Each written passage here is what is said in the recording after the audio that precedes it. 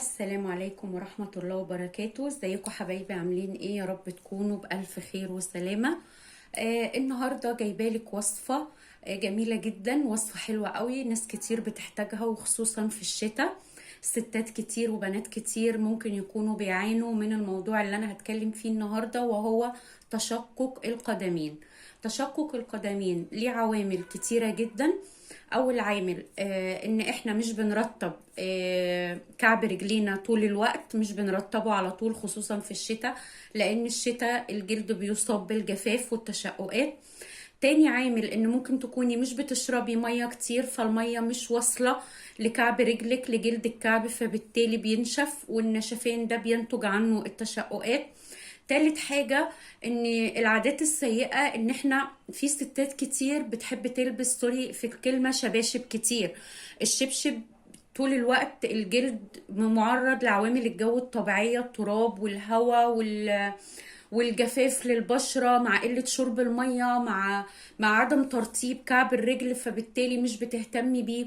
في ناس كتير جدا مش بتستخدمها كعادة، ان وهي بتاخد الشاور بتاعها وجلدها كده مترطب تروح ممشية الحجر الطبي عليها، عشان تبقى طول الوقت بتعمل ازالة للجلد الميت اللي بيترسب مع الوقت او بيتكون مع الوقت. طيب يا توما، ايه حل المشكلة دي؟ حل المشكلة دي سهل وبسيط جدا، بس لو احنا استمرينا في استخدام الوصفة اللي هقولك عليها. الوصفة بتاعتنا النهاردة سهلة جدا وبسيطة ومش مكلفة، يعني ببلاش زي ما بيقولوا. ايه مكونات الوصفة اللي انت جايباها يا توما؟ مكونات الوصفة اللي انا جايباها لك يا ست البنات: ملح الطعام اللي احنا بنستخدمه، الليمون، جليسرين، ومية الورد. تمام. هنستخدم الوصفة بتاعتنا ازاي النهاردة يا توما؟ هتجيبي مية دافية في طبق واسع شوية، وتحطي رجلك فيها وتحطي عليها معلقة الجليسرين مع نص ليمونة مع الملح مع معلقة صغيرة مية ورد. تمام. وهتنقعي رجلك في المية دي لمدة 20 دقيقة. تمام. 20 دقيقة لحد ما الجلد يترطب ويبتدي تحسي ان هو ابتدى يبوش من المية الدافية والمكونات اللي احنا حطيناها.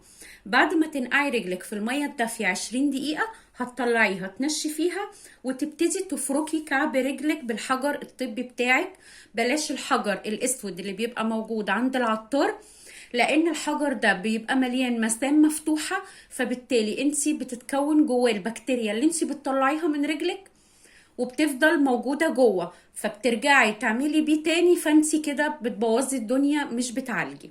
نجيب الحجر الطبي اللي موجود في الصيدلية، لان هو مع الاستخدام هو بيتفرك وبيدوب، ما بيبقاش زي ما هو، فبالتالي هو بياخد كل الجراثيم وكل الحاجات اللي موجودة مش حلوة في كعب الرجل وبينزل بيها، مش بيعدي من رجل لرجل. تمام. هتفركي بالحجر لحد ما تحسي ان خلاص كل طبقات الجلد الميتة اللي كانت موجودة نزلت من رجلك، وبعدها بتشطفي رجلك بمية فترة. يبقى اول خطوة هنحط رجلينا في المية الدافية ونحط فيها كل المكونات اللي قلتلك عليها. تمام.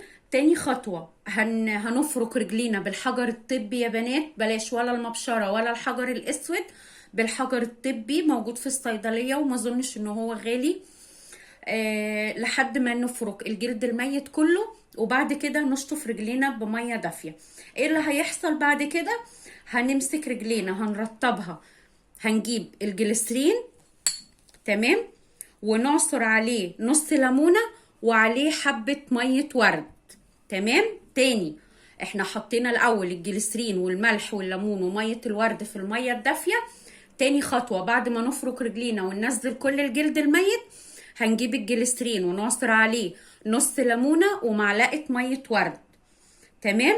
ونعمل بيها رجلينا زي الكريم. هتدهني رجلك كده بالخليط ده كله، كل قدم الرجل مش عند الكعب بس.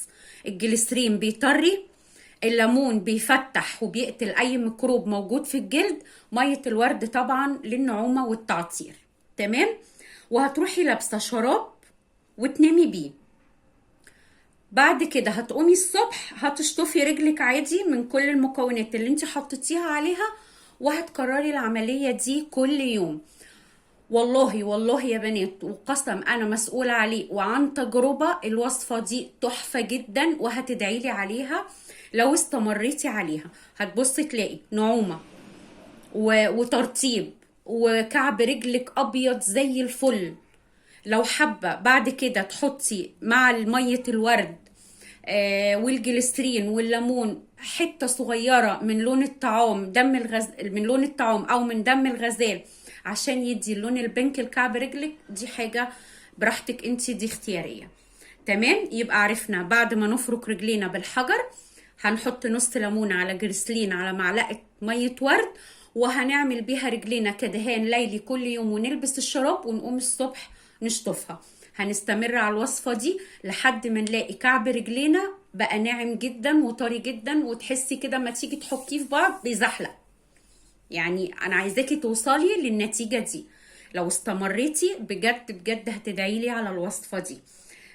وصفتنا سهلة وبسيطة، ما فيهاش اي تعقيدات. اهتمي بنفسك، خدي بالك من نفسك عشان ما تتضايقيش ولا نفسيتك تتعب من حاجة زي كده، لان الست مظهرها مهم جدا.